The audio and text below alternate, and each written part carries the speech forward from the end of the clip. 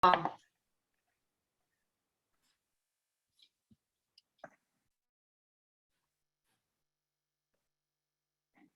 evening, everybody. For those of you who don't know me, I'm Rachel Person. I'm the event manager for Northshire Bookstore in Saratoga Springs, New York. Here, as I so often am these days, with my friend and colleague and co-host, David Wood, who is the event manager for Northshire Bookstore in Manchester Center, Vermont. Before we get started, a couple of very quick notes. First of all, you may have noticed as you were coming in that this event is being recorded for future broadcasts on our YouTube channel. However, we have the settings arranged so that it is only recording those of us who are unmuted and in this lovely yellow box. So you, if you have your camera on, will not be recorded for posterity, and you can have your camera on through the evening. In light of that, if you have any questions for our authors this evening, please use the chat box for those, or any comments or any props for wonderful readings. Please share those in the chat throughout the evening, and we will be keeping an eye on those, and we'll have some time for your questions at the end of the night. And then last of all, a note of thanks to all of you. It's been a long, hard, weird year and a half in the world of independent bookselling. Northshire still exists, and that is really thanks to the incredible support and loyalty of our customers. We couldn't do what we do, including events like this one, without your support, and we are deeply grateful for it. And now, without further ado, David, why don't you take things away and introduce our guests tonight? Oh, thank you so much, Rachel. I've been really excited about tonight. We've got two very special poets down from Bennington, up from Bennington, I guess it's Manchester. First off, we're here celebrating Camille Guthrie's the launch of Diamonds. She is the author of 3 previous books of poetry: Articulated Lair, In Captivity, and The Master Thief. Her poems have appeared in such journals as Boston Review, Green Mountain Review, Iowa Review, New Republic, and Tin House, as well as in several anthologies, including the Best American Poetry of 2019 and 2020. She's been awarded fellowships from the MacDowell Foundation and the Yaddo. She's the director of undergraduate writing initiatives at Bennington College. Her newest volume of poetry, Diamonds, has been called a fresh, ribald collection that is all too relatable and unput-downable, with a title poem that went viral. Early reviewers have said it's a glorious feminist midlife scream, screed, and ode to the paradoxes and oxymorons of a divorced mother's struggles. With the dark formal wit of Larkin and the cutting rage of Plath, Guthrie goes there with hilarious piss and vinegar on the Sisyphean defeats of an academic stranded, a mother burdened, a consumerist broke, a woman who's had enough. We are also joined tonight by Mark Wunderlich, author of 3 previous collections of poetry. He is recipient of the Lambda Literary Award and has received fellowships from the NEA, the Wallace Stegner Fellowship, Breadloaf, and others. His work has appeared likewise in The Nation, New Republic, New Yorker, Believer, Paris Review, etc. He's director of the Bennington Writing Seminars and founder of Poetry at Bennington. His latest volume, God of Nothingness, has been said to make mourning and melancholy tangible, intimate moments through lyric, while early reviewers have said that his superb collection disarms with its directness, humor, and pathos. We would also like to give a big thanks to our good friends at the wonderful Yaddo Foundation for their support with this event tonight. And please join me in welcoming to Northshire, Mark Wunderlich and Camille Guthrie. Camille, why don't you start us off? Thank you so much, David. Thank you, Rachel. Many thanks to Northshire Books, a bookstore I adore. And thank you to Yaddo, where I had 2 blissful weeks in which I drafted most of this book. So this is quite lovely, and I am absolutely thrilled to read with Mark Wunderlich, who's my beloved colleague and friend, and whose work I absolutely adore. And this is such a treat. And thank you to all of my friends and family that I see. I'm so pleased to see my parents are here. And Dr. Lloyd, thank you. So I will read 3 poems from Diamonds. And the first emerged, I was thinking about the midlife crisis I was going through. And it occurred to me that the corny pun of the Middle Ages. And I thought, well, a midlife crisis would be so much worse if one lived in the actual Middle Ages, when, you know, your midlife crisis would happen when you were 17 or something. And that was the the kernel of this poem. During the Middle Ages. Oh God, I am so fat. I cry all the time. A kitten scrubbed with a toothbrush online makes me sob. I'm so heartless. 7 species of bees are now endangered, and I didn't do a thing. Didn't even send anybody, any money to anybody doing any good. And I can't lose weight. I skipped yoga. I'm so hot all the time, so broke, so pathetic. No wise investments. I should have bought a 7-Eleven on a busy corner when I was 7 or 11. Nobody wants to lick my neck. Nobody wants to hold my hand at the doctor's office. Nobody to grow old with me. I'm so crabby. To pluck my beard, feed the cat I don't have, and read me endless Russian novels at night, all the ones I still haven't got to, so greatly depressing. Where are you, handsome? Are you driving in your car to come visit me, bringing a bottle of wine and a present so gallant? A new translation of Akhmatova? I love it. No? Well, I guess it's better than living in the real Middle Ages when some shithead priest threatens you with hell to pocket your last coin. And there's no Tylenol, so you have to suck on some skullcap seeds. And knights canter about, knocking you down to take your maidenhood with pointy lances. And you have to work as a midwife with no birthing tub. Nobody washes their hands or votes. Nobody knows about DNA or PMS or NASA. There's nothing to read, even if you can read, except boring doctrines or spiritual exercises by Gertrude the Great. I'm not kidding.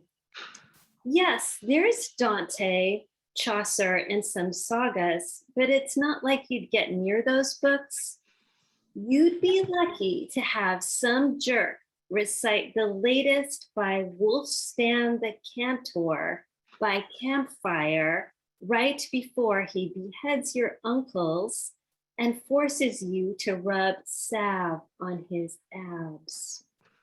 You know, you'd be sweating in a wheat field at 22, dying from your 10th pregnancy by the bailiff. Courtly love, not a lot of it, I bet. Some local doctor would have to drill a hole in my head to let the demons out, because I'd be full of black bile plus heresy as I am today. It would be an awfully hard time when the sun revolves around the earth and kings are unbelievably selfish. The Roman Empire fell flat. Vikings disemboweled your cousins, and the Lord of the Manor thinks you're cute. And it'll be a very long time before pop art and meerkat videos and cotton candy and sexting and fish tacos and girl bands. Everything's just so bad, and you have boobos. Hopefully, I'd get shoved into a nunnery to have an ecstatic experience with mystical Jesus. Or better yet, I could be a hardcore samurai laying down justice on the heads of corrupt lords. But that was tough work, dirty work. You're working for nobility, who at any period in history are the worst people in the world. And to be an unemployed Ronin had to bite Sunday afternoons, no mom around to make you soup. Even if all the brothel ladies want to scrub your back, sometimes you just want a nice nap and some Neosporin on your wounds. Ah, if only I could be like the divine Sei Shonagon, resplendent in silks with 7 layered sleeves, writing in my room about politics, gossip, my lovers, listing splendid, awkward, annoying things, things that make one's heart beat faster. I wish. Okay, I could be her devoted servant, tidying her papers and fluffing her pillow. But even she found many hateful things about living in the Middle Ages, like crying babies, messy guests, and mansplainers. So irritating, even way back then. You better shut up and take your medicine.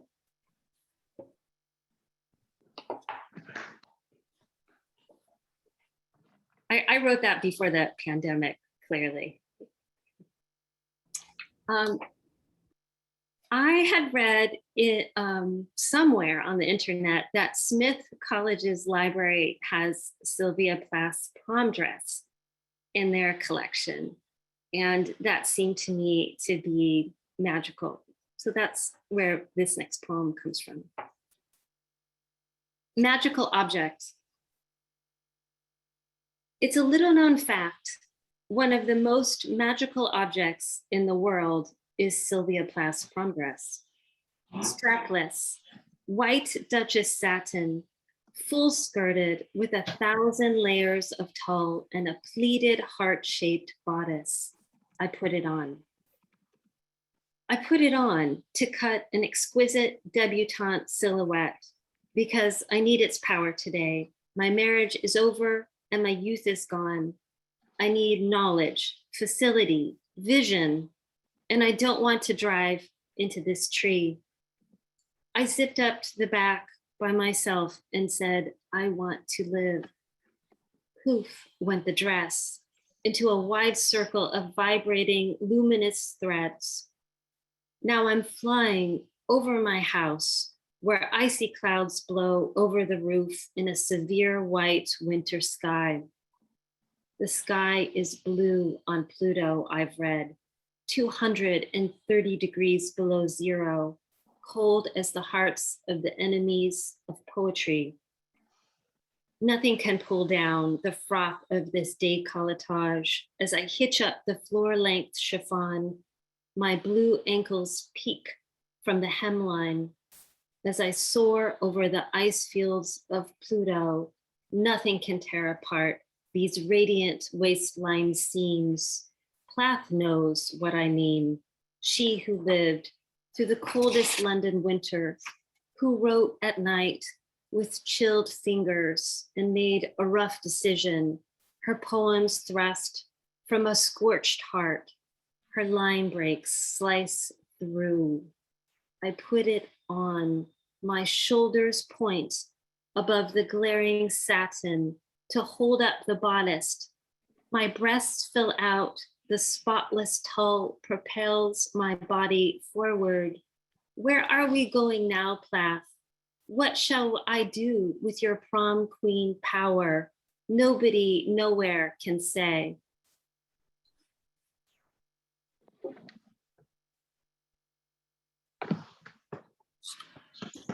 And then I'll read the title poem.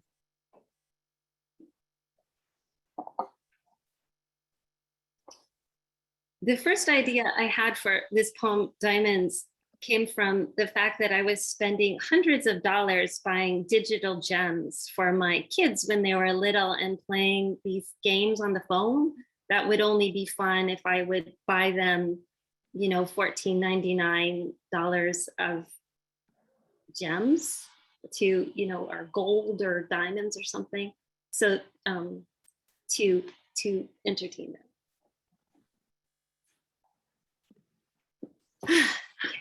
Diamonds. Judith Butler, I am calling you out. Here in the kitchen where I'm unloading the dishwasher, performing my gender as I'm wont to do. My son yells from upstairs, how do you spell probably? My daughter plays a game on my phone, caring for a little green monster who needs a bath. I need to buy diamonds so her monster can sing.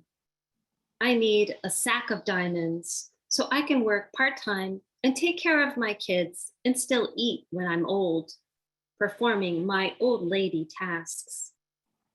I hope I'm yarn bombing an embassy somewhere. Better start learning to knit or whatever. Knitting performs femininity, apparently. We need diamonds to afford my house now that I'm a single mom. conflict-free ones for a conflict-free life. To perform a single mom's gender is to need a chest of gold coins, and my life is easy. I am not hungry, not beaten up, working 3 jobs, taking night classes, not ill, without insurance. I have a good job. I'm already leveled up, got all my privileges. I'm not floating on a raft to escape war, not having sex with soldiers for food. My children are not digging for diamonds. We're not being exploited in any way. Could Be Worse is a book we love to read at bedtime. It's by James Stevenson. It is, my son and I think, the plot to most movies. It is, I think, the plot to most lives. I'm lucky I get to teach you, Judith, to students who eat up your words like candy hearts, who return to the arms of their friends to dye their hair blue and fuck everyone and not shave and make manifestos and tweet witty protests, who do drugs and sleep late and dance naked. They seem so unafraid, ahistorical, dreamful. They stand outside the library smoking cigarettes as if we're not going to die, as if there aren't books to read. I have the greatest job in the world. Could be a lot worse. But I'm lonely, in debt. There's no one to love me.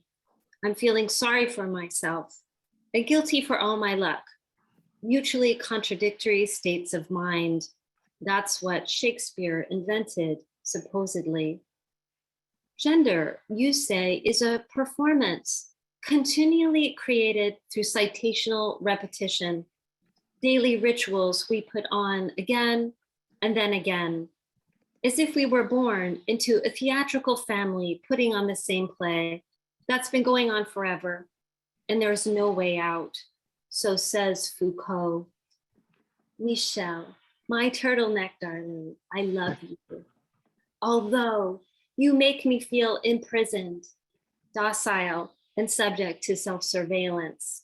Judith, Michelle, I'm calling on you. I think I'm stuck in Hamlet, in the role of Queen Gertrude, but not at all royal. I'm from Pittsburgh. Because if I mention any man's name, my son says, I hate that guy. I asked him if he thought I was pretty. He said, you're okay to good. For his birthday, he'd like a BB gun.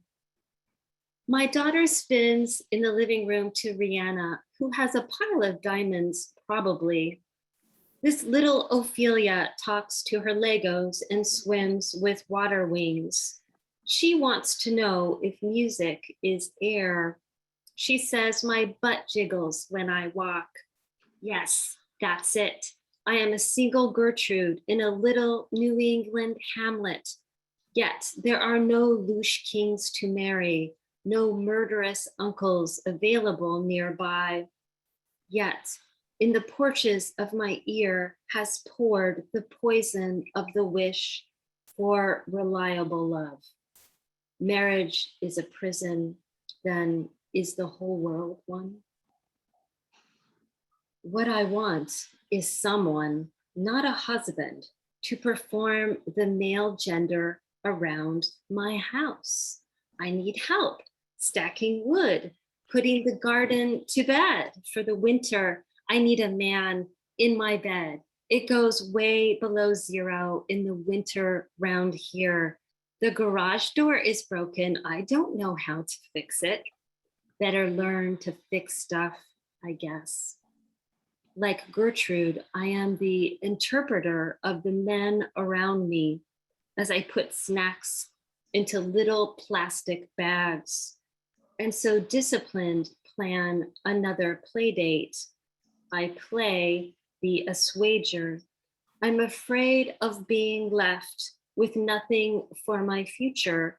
No castle, no bolt hole on this dirty planet. No extra small bag of gems. I have unappreciated skills, it's true. I know how to do a close reading. I know where commas go. I can spot phallogocentrism miles away. In my cat glasses, I'm laying it down. Yet I'm terribly lonely, Judith, less lonely than Ophelia floating downstream, clutching flowers and singing sad songs. I want someone to perform love on me, any kind of love, any kind of role. I don't care, but I want the real thing, real love, to be a prisoner of love, the songs say, and to perform all the sex acts too. I want a masterful performance of that with repeat performances. Who's there? I am sitting here folding laundry on the couch, performing the pairing of the socks. In anxiety and pleasure, you say. In the porches of my other ear pours the poison of the wish for diamonds. Could be worse. My daughter spins her own tornado. My son builds a house of diamond blocks. I want the curtains to part now. I want to be swept away. Thank you.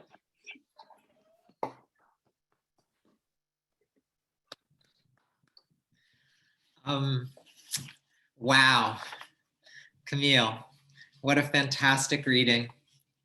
And it's so wonderful to be here helping you celebrate the publication of Diamonds and to be able to share this virtual stage with you. It is such a delight to hear you read these poems, and it's been so wonderful seeing kind of as this book grew and as I started reading these poems in magazines and having it kind of finally coming together into this. So congratulations. And I'm so delighted to be here with you.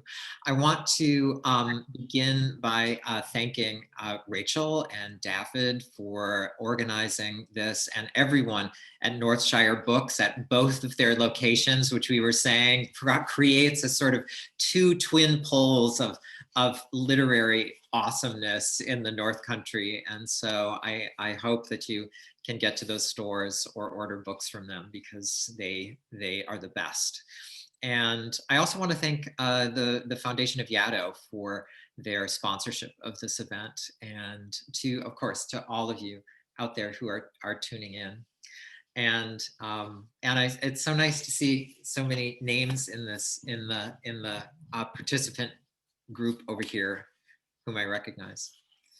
I'm going to be reading from my recent book, although it's every day it gets a little less recent, and it's called God of Nothingness, and I'll read some poems from it. The book, the subject of the book is sort of,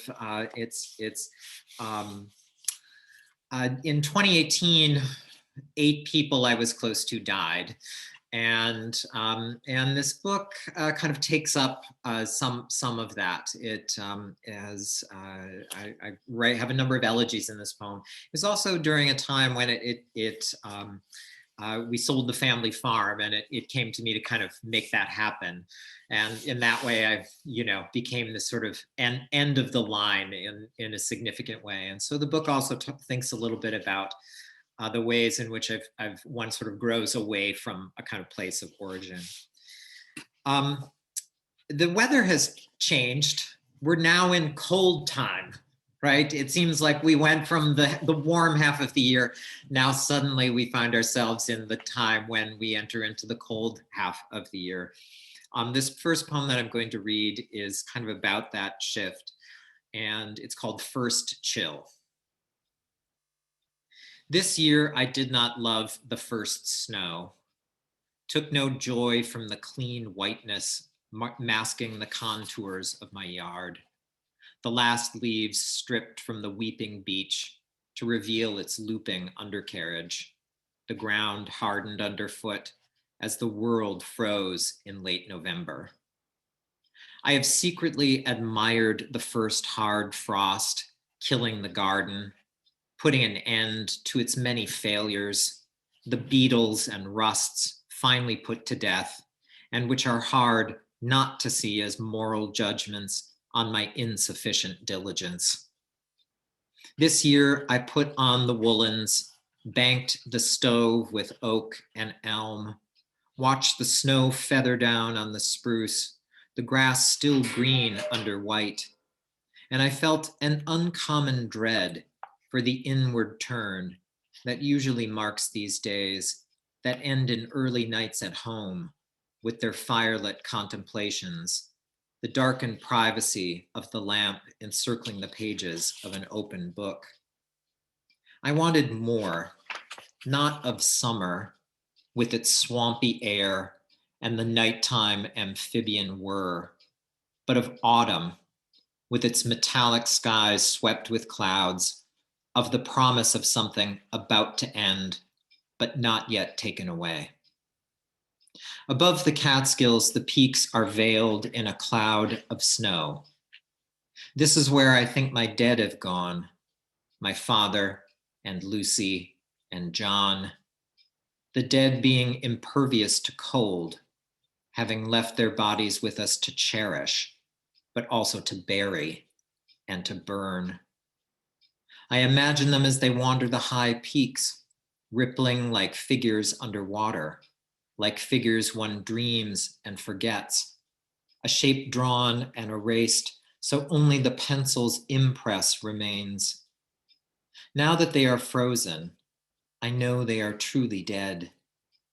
Let me let them go, I pray to the God of nothingness, who rules those icy bluestone peaks, who hides the world of the living underneath his coat of snow. He has taken them from me, and now I will them coldly to go.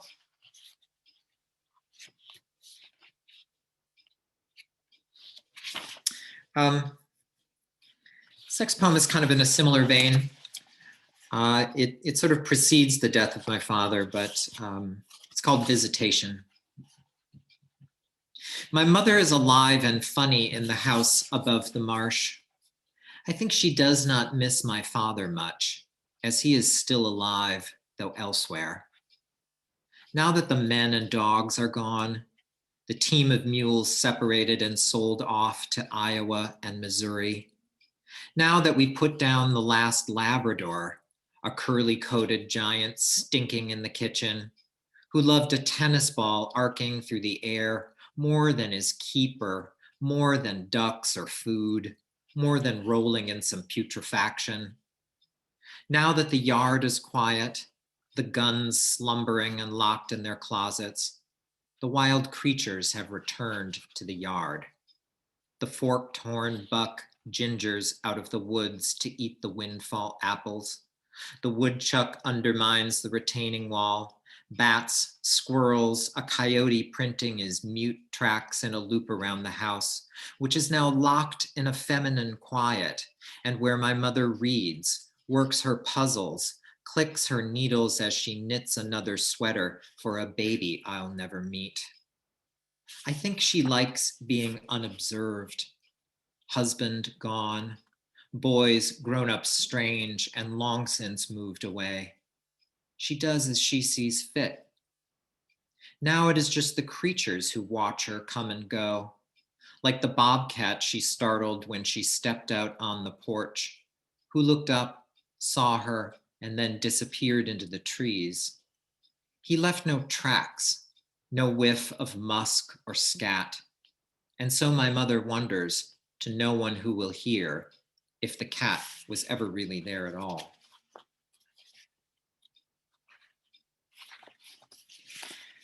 So a couple of melancholy poems. I'll sort of spice things up a little bit with a poem some of you have surely heard me read before, but it's one, and I will just say that everything in this poem is true. So I'll just sort of leave that hang in the air before I read it. It's called My Night with Jeffrey Dahmer. My night with Jeffrey Dahmer, like any night spent out in a bar, this one doused in the pink and blue of neon, 1989 Formica and brushed metal, and the spin of sound in the club, while downstairs in a darker bar where the older men enjoy each other's company and where I had gone to cool off, a man stood next to me and knocked my beer to the floor. So sorry, he was very sorry, hand on my arm as I bent to pick up the bottle, one hand on my arm, the other signaling to the bartender, holding up a finger, then pointing to the empty I proffered, put on the wooden counter, bottle which the keep swept away, replaced, a cold green glass already sweating a bit, beating in the heat of the basement. He was a stranger, older than I was by a decade or more, blonde and mustached, big glasses, some farmer's son, a bit out of date, stuck as he was in the country, a man driven into the capital to spend a night among others of his kind, away from his mother's kitchen, the chilled hum of the bulk tank, and the cows whose needs were at the center of a life spent in their service. But no, he was from Milwaukee, he said, though to me his words were unimportant. So sorry, I'll get you a new one. Let me buy you one. And so he took out his wallet and handed over his dollars. And I suppose I looked to see if he had left a tip, since I always look for this, having done already the work of service in which you depend on the manners and guilt and sense of custom of those you attend, their generosity, their goodness, their notion of what is normal and right, what to offer to others in exchange for their help, their attentiveness here. Let me buy you a beer. So sorry for my clumsiness. Let me put this hand on your arm. Do you live here? Are you at the university? Do you like the music? Did I tell you my name? His questions, the questions of any curious man talking to a farmer's son in a bar in Madison, Wisconsin, asking my name, which I withheld, my name, which I kept lodged between my teeth, under my tongue, in the pocket of my clavicle, in the scar on my eyebrow, in my belly, in the sack of my scrotum, in my head, my hand, my arm, which he touched lightly, my mouth, my teeth, my tongue, which began to move, unlock, give up its wariness, give in, to say, my name is Mark, what's yours?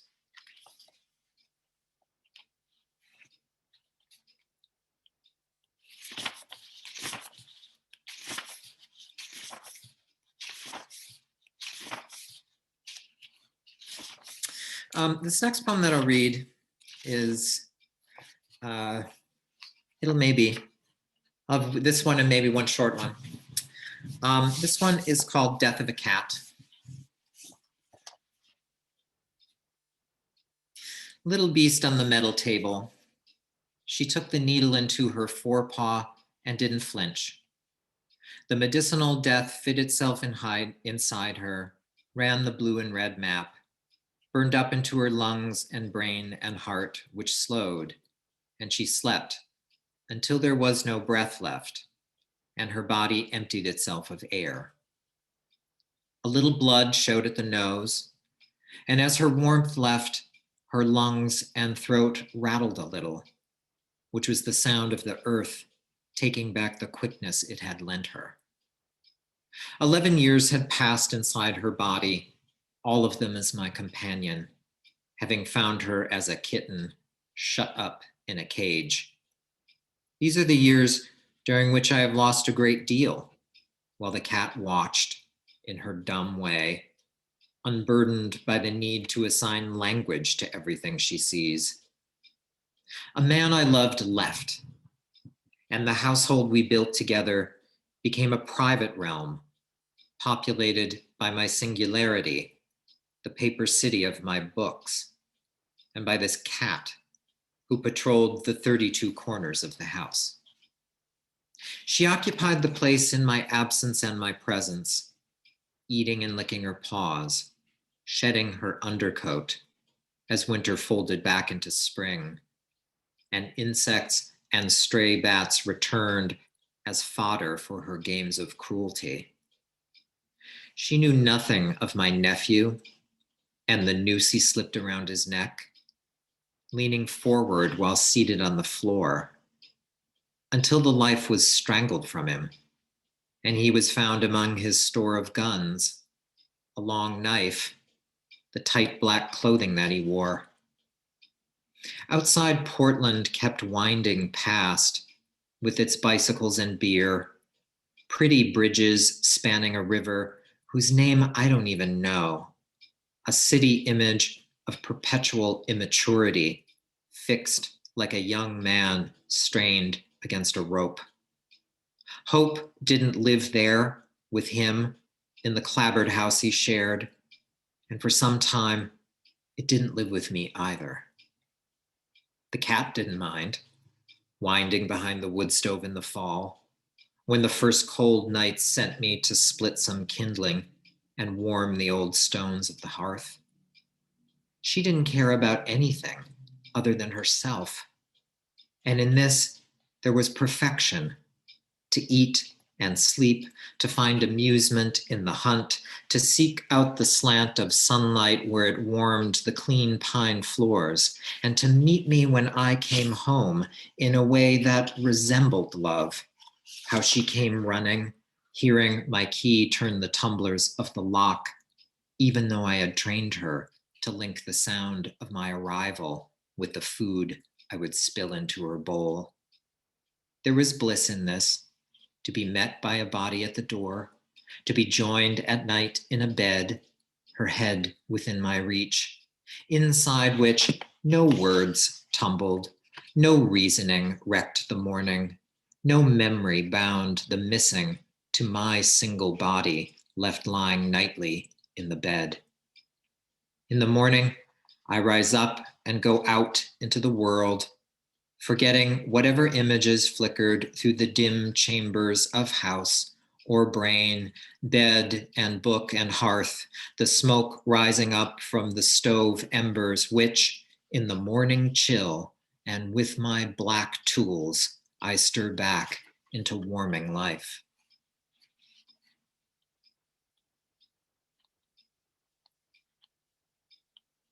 And I'll end with one short poem, a request. This one is called Ha Ha Little Hunchback. Ha ha, little hunchback, look at him pretend to trip, teeth in his pocket, ring the doorbell 3 times and make the children clap. He taught me to run the bandsaw and run the chainsaw, cut a key from a blank key, how to break into a car through the window without breaking the window. He fixed slot machines and gumball machines, made mechanical decoys with pulleys and weights. Verstehst du, Bub? He'd ask and I'd nod, but I usually didn't understand the little hunchback. At 9, I couldn't drive, so he taught me to drive. We'd cruise the corn stubble with the noses of our midget guns poked out the windows of the Jeep. His, the Black Prince, mine, Little Red Fox, blocks on the pedals so both of us could reach. We'd shoot squirrels and we'd shoot ruffed grouse, and when I shot a pheasant cock, he had the feathers made into a fancy band for a hat. Good enough for who it's for, he'd say, tapping in a crooked carpentry nail. He made his money in moonshine sugar, made his money making bad luck loans, hired a giant everyone called Tiny, then he became Tiny's home. His teeth pinched so he didn't wear them. His idea of a lady's gift was a meat slicer he knew she'd have to wash. But who wouldn't want to ponder a moon of pink bologna slipped fresh into an outstretched palm? As a child, he'd hitch up his angry pony and beat it all the way to the train to fetch the bales of tobacco and haul them to the shop. If he dawdled and was late, Grandpa Adolf would unbuckle his wooden leg and leave it napping on a chair, then beat his little hunchback with a cane. Little hunchback, never you be late again. Thank you, everyone. So we have time for some audience questions, and audience, please type anything that you would like to ask into the chat. Camille and Mark, there's been a ton of love for your readings in the chat. Everyone's really been enjoying everything that you've shared tonight. It's been quite amazing. And I would love to kick the questions off while we're waiting for audience members to type with a question, since Yado, was our great supporter in marketing this event. Would either of you or both of you like to speak a little bit about your experience at Yaddo and what retreats mean to writers? Camille. First of all, Mark, thank you. That was stunning and chilling and wicked and devastating. I never, ever get over the pink moon of baloney. It's just my favorite line. It's so exquisite. I don't know how you write in such a, with such clarity, and that you have such dense sound texture all the time. I loved it. Thank you for that. Yaddo. So Yaddo was a big deal for me. It was my first writer's residency, and I had 2 weeks. I decided I could be away from my children for 2 weeks. I visited them 3 times during those 2 weeks because it was an hour away from my home. I felt so guilty. It was the most wonderful time because I could just sit in my room and write these poems. I decided to write fearlessly. So it was a life-changing moment for me. And I was also in love. I had fallen in love, which was a big surprise. And I had a lot of feelings. And one is totally spoiled at Yaddo. So it was just an incredible moment to be taken care of, and for a mother to be cooked for was incredible. And I met brilliant people there. So for me, it was the place where I imagined this book, and I remember drafting the title poem Diamonds there, and I thought, well, I'm just going to say all the embarrassing things that I'm thinking, and then I will edit the hell out of it until it becomes a poem. And it did. So I think of it as a magical place. I'm so glad you had that time there, Camille, so that we got that poem. So that's really something. And of course, what these places do is I mean, is they provide the idea of sort of excluding distraction and of kind of warding off the world a little bit so that you can do something, make an experiment and do something new. I've actually never been a resident at Yaddo, so though I have served on the jury, I've sort of participated, offered service, and been to lovely dinners there and things like that, but I've never been a fellow there. I have had equivalent experiences at other places, and they are these I'm so glad that, places like Yaddo and MacDowell and Civitella Ranieri and the James Merrill House and the Fine Arts Work Center, and, these entities exist that are trying to create circumstances in which work can be made. The hardest thing that I've found in my, it's not that I'm distracted all the time. It's just that I have a lot of responsibilities and that, there's a lot of ways in which my mind is always trying to kind of figure out which thing I need to attend to. And so the idea of these colonies is they're so precious because they give you permission to go to them and say, like, I have this time, this is what I'm here to do. I'm not here to do these other things. And so they make work like that possible. And a long, complex, funny poem like your title poem in your book is the kind of thing that is born out of that experience, which, isn't fragmented. It's not broken up. It's not being I mean, the world is always out there on the edges, trying to get in, kind of like a squirrel trying to get into your attic, but it's there, but you can kind of keep it out for a while.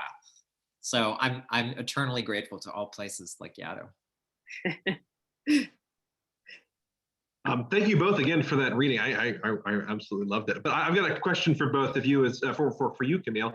And can you tell us a little bit about your research, particularly in medieval stuff, where that first? Okay, well, confession. When I had that idea of writing about the Middle Ages, I decided that I wouldn't do any research, that I would remember everything I could think of from the Middle Ages, which probably came from Monty Python movies, right? And the plague, right? The buboes.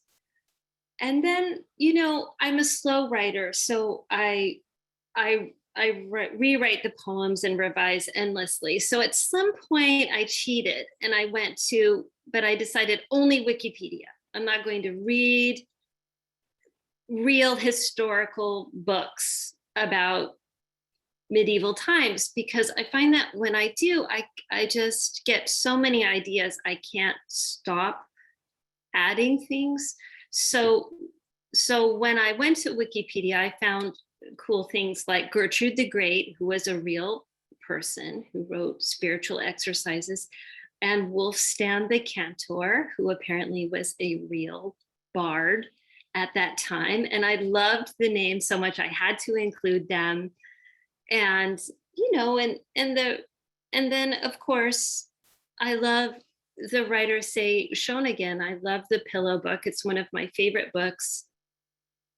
And she writes in such a witty, gossipy, brilliant way. In translation, she sounds like a contemporary. So when I thought of that time, that would be it made me think of that joke, in my before life, I was this person, everyone chooses someone famous. And I thought, oh, wouldn't it have been cool to be her friend or be her servant or something, just be sort of close to her in some proximity.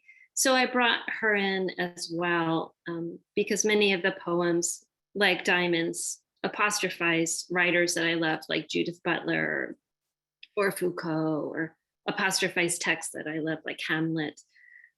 So I broke my first rule, but I didn't go too deep. I thought it wouldn't fit the tone of the poem, which was meant to sound like a dramatic monologue. Thanks, Camille. I've got a question for you both, another one, and that is, can you talk a little bit about how your writing process was affected by the pandemic?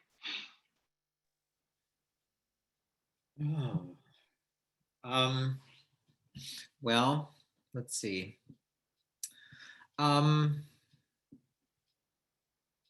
First of all, I just want to say that it's that we were everyone was affected, and we're still being affected, and we're still the reason we're all here on our little screens is because it's still going. It's still with us, and it's evolving and changing, I hope improving, but here we are.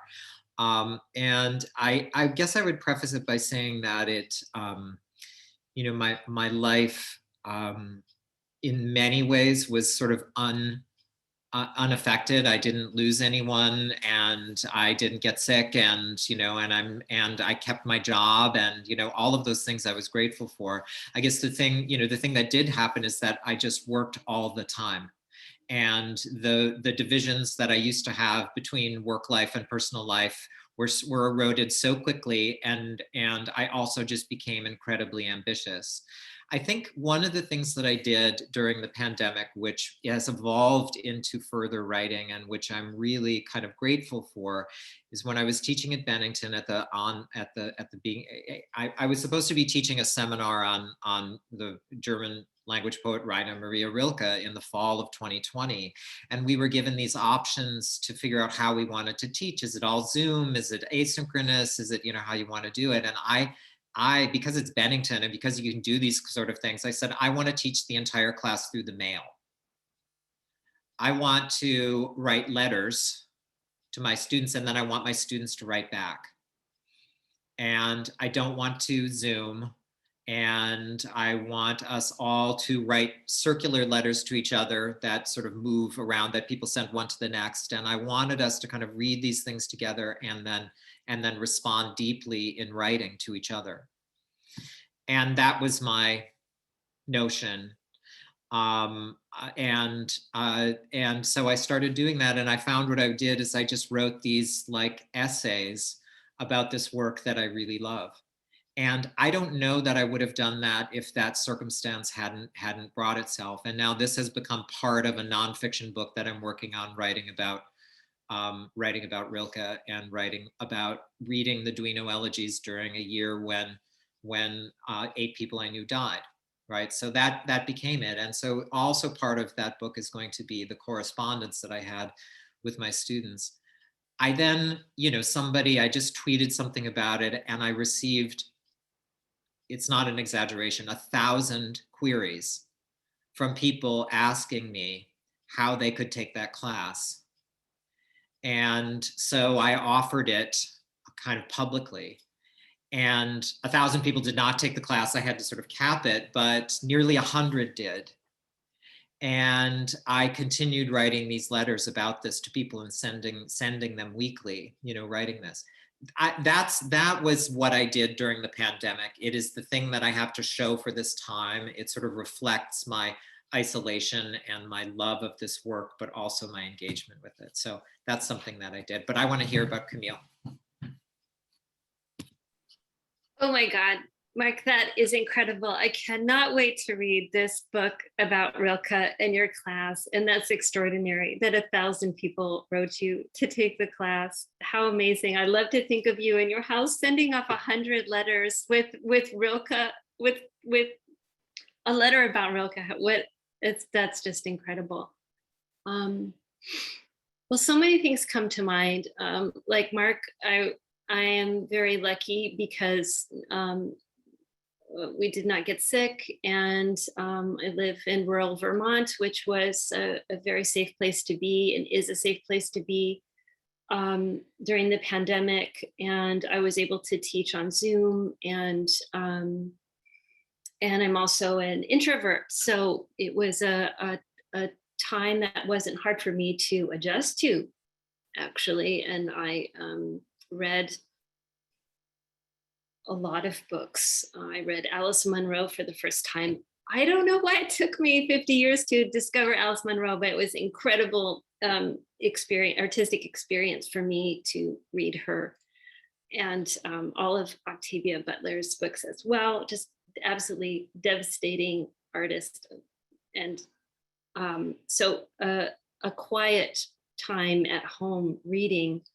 That said, so many devastating things have gone on since I wrote Diamonds. I wrote Diamonds before Trump, before the pandemic. And I find that when I try to write about these very difficult things, it's like an inarticulate, scream. So I think it will take me some time to know how this devastating period affects my writing. I think, like a lot of us, I'm just trying to get through it, right? And protect and surround people I love with care. But I also know that over that time, I started doing a dance aerobics class called Pony Sweat, which I recommend to everyone I know. And everyone here, I hope you will look up Pony Sweat, because the teacher of it is one of the most lovely, cheerful people I've ever seen. And she changed my teaching life. Her motto is to practice anti-perfectionism. So she plays great music and you dance around like a fool and get some exercise and get out of your head. And her other motto is F the moves. So I brought that cheerful, loving energy to my classes and on Zoom, and it changed my sense of teaching to be one of anti-perfectionism and joy. And I think it's a very political thing to think about joy and care as a kind of resistance. And I am just finishing Miriam Tave's new book, Fight Night, which I also highly recommend. And in it, the grandmother character, who is unforgettable, writes about joy as resistance. So that's what I'm thinking about.